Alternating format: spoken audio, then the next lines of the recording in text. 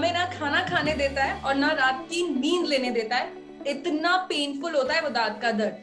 और ये दांत का दर्द अक्सर होता है दांत सड़ने पे, यानी कि डेंटल कैविटी में। तो चलिए, आज के जी मनी हेल्थ शो में हमारे साथ जुड़ रहे हैं पालघर से डॉक्टर ऋषिकेश दीपक, जो एक डेंटल सर्जन है, पिछले 5 साल से प्रैक्टिस कर रहे हैं और डायरेक्टर है गौरी डेंटल क्लिनिक पालघर में। सो डॉक्टर ऋषिकेश, आपका बहुत बहुत स्वागत है। Thank you so much. तो डॉक्टर, जैसे मैंने शो की शुरुआत की थी दांत के दर्द से, जो कि अक्सर डेंटल कैविटी का सबसे पहला निशान होता है, आज विस्तार से डिटेल में आपसे जानेंगे। तो मेरा सबसे पहला ये सवाल है कि what is a dental cavity और अ डेंटल केरी? करेक्ट। तो डेंटल कैरीज या डेंटल कैविटी ये कंटिन्यूअस प्रोसेस है जो अपने दांत में जो बैक्टीरिया होते हैं उसके वजह से होते हैं। वो उसके वजह से अपने दांत का स्ट्रक्चर, कलर ब्लैकिश हो जाता है, स्ट्रक्चर थोड़ा चेंज हो जाता है, फिर खड्डा हो सकता है, या ऐसे अलग अलग चेंजेस हो सकते हैं जिसमें खाना फंसकर और वो और इंक्रीज हो सकता है। So it is a continuous process जो हमारे ओरल कैविटी में चलते रहता है। ओके, तो सर मतलब कि ये बेसिकली बैक्टीरिया मुंह में इकट्ठा होता है और इसलिए वो सड़न का रूप ले लेती है। यस, वो अपना खाना फंसता है, उससे अपना मुंह का एसिड लेवल कम हो जाता है और अपना बैक्टीरिया उधर अपना काम चालू कर देता है और दांत को स्ट्रक्चर को वीकन करना चालू कर देता है। उससे फिर दांत टूटना चालू हो सकता है, खड्डा हो सकता है और वो इंक्रीज होते रहता है। ओके, अच्छा सर, अगर बाय चांस किसी को शुरुआत में दर्द नहीं हो रहा, तो कैसे, अगर हम बोले, सेल्फ डायग्नोसिस कर सकते हैं कि डेंटल कैविटी है? कोई साइन एंड सिम्टम इसका? देखो, अभी जैसे अगर कोई दांत का टुकड़ा गिर जाए या फिर दांत में थोड़ा सा खड़बड़ापन महसूस हो, स्मूथनेस निकल जाए दांत का, या फिर ब्लैकिश डिस्कलरेशन हो जाए, काला जैसा रंग आ जाए, तो हम ऐसा प्रेडिक्ट कर सकते हैं कि वो केरीज स्टार्ट हो चुका है। अच्छा। हाँ, लेकिन आइडियली एवरी 6 मंथ्स डेंटिस्ट को विजिट करना जरूरी होता है, क्योंकि कई जगह पे अपना नजर या पहुंच नहीं पाता, तो डेंटिस्ट पूरा दांत चेक करके बता सकता है। सो एवरी 6 मंथ्स के बाद विजिट होना जरूरी है। ओके, सो डॉक्टर ने बोला है कि ये इस तरीके से अगर ये चीजें आपको दिख रही है कि डेंटल केरीज की शुरुआत हो चुकी है, बट इन केस अगर आपको नहीं पता लग पाता है तो हर 6 महीने में डेंटिस्ट को दिखाना ही है। अच्छा सर, एक और चीज है, सब लोगों के मन में एक धारणा है जितनी चॉकलेट्स, मिठाइयाँ, शुगरी आइटम्स खाओगे तो कैविटी होगा। इस बात में कितनी सच्चाई है, और अगर नहीं है तो कैविटी के और क्या कॉजेज होते हैं? जो लोग मीठा नहीं खाते, क्या उन्हें भी दांत सड़ने की शिकायत हो रहती है? हाँ, अभी जैसे शुगरी चीजें खाने से अपने दांत में सड़न होने का प्रोबेबिलिटी बढ़ जाता है, लेकिन अगर अपना ओरल हाइजीन मेजर्स अच्छा होगा, मतलब अभी अपन शुगरी फूड्स खाएंगे, उसके बाद में ब्रश करेंगे और हम दांत अच्छे से क्लीन करेंगे तो कोई इशू नहीं है। लेकिन जो रिपीटेड शुगर इंटेक्ट होगा और दांत क्लीन नहीं होता होगा, तो फिर ये प्रॉब्लमेटिक चीज है, फिर वो केरीज करना चालू कर देगा। एंड सर, नॉर्मल अगर कोई मीठा नहीं भी खाता है, नॉर्मल खाना खा रहा है अपना, तो क्या उससे भी डेंटल कैविटी होने की संभावना रहती है? हाँ जी, हो सकता है, क्योंकि अपने जैसे पेट में एसिड होता है, तो बेसिकली डेंटल केरीज होने के लिए एसिडिक एनवायरनमेंट होना जरूरी होता है। तो acid environment either bacteria create कर सकता है या जनरल एसिडिटी होगा। अगर किसी के पेट में एसिड होता है तो वो अंदर मुंह में आ जाएगा, तो हाइपर एसिडिटी के वजह से भी केरीज हो सकता है। ऐसा है।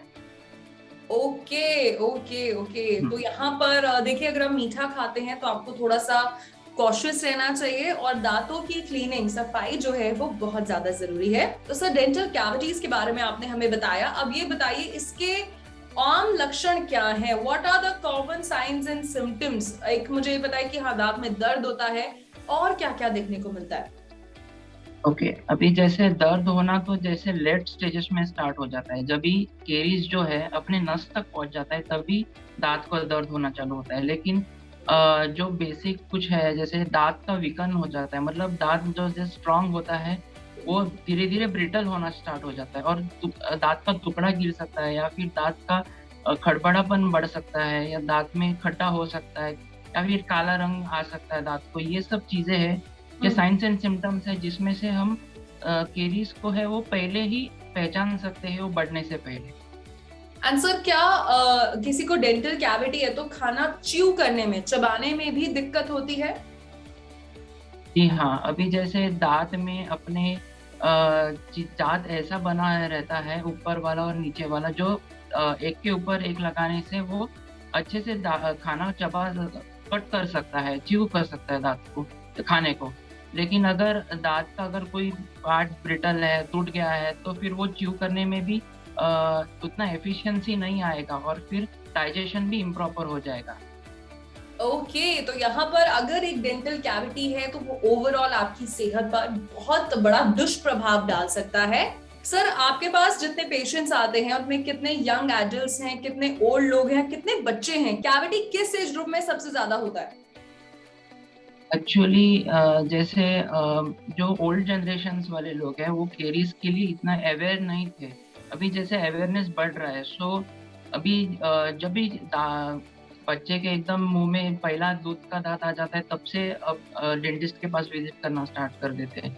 सो अवेयरनेस यंग पॉपुलेशन में ज्यादा है। इसका मतलब ऐसा नहीं कि ओल्ड पॉपुलेशन में केरीज नहीं होता है। इट इज जस्ट कि वो उतना अवेयर नहीं है, इसलिए वो विजिट सिर्फ पेन होने के बाद ही करते हैं। वेरएस यंग पीपल है वो पेन होने से पहले ही एवरी 6 मंथ्स विजिट करने को ट्राई करते हैं। तो सर, वैसे आम तौर पे क्योंकि बच्चे मीठा ज्यादा खाते हैं, छोटे हैं, नादान है, ब्रश नहीं किया, तो क्या बच्चों को डेंटल कैविटी की शिकायत ज्यादा रहती है?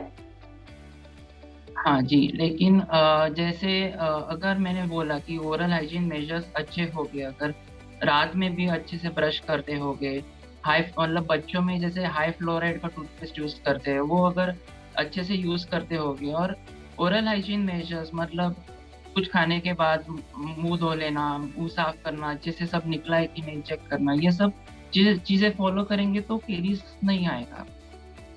ओके, तो यहाँ पर सर ने हमें एक बड़ी अच्छी चीज बताई है कि ऑफ कोर्स रात को ब्रश करना है, कुल्ला करना है खाने के बाद, ताकि डेंटल कैरी से बचा जा सके।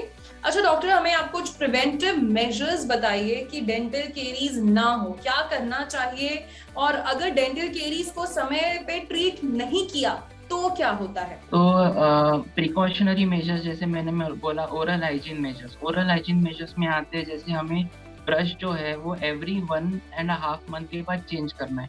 हमारा ध्यान नहीं होता है, हम 6 महीना वही ब्रश यूज करते हैं, तो उसके ब्रिसल्स जो है वो सॉफ्ट से मीडियम भी हो जाते हैं, हार्ड भी हो जाते हैं, फिर उसका एफिशिएंसी भी कम हो जाता है दांत क्लीन करने का। सो एवरी 1.5 महीने के बाद में उसको चेंज करना जरूरी है ब्रश को।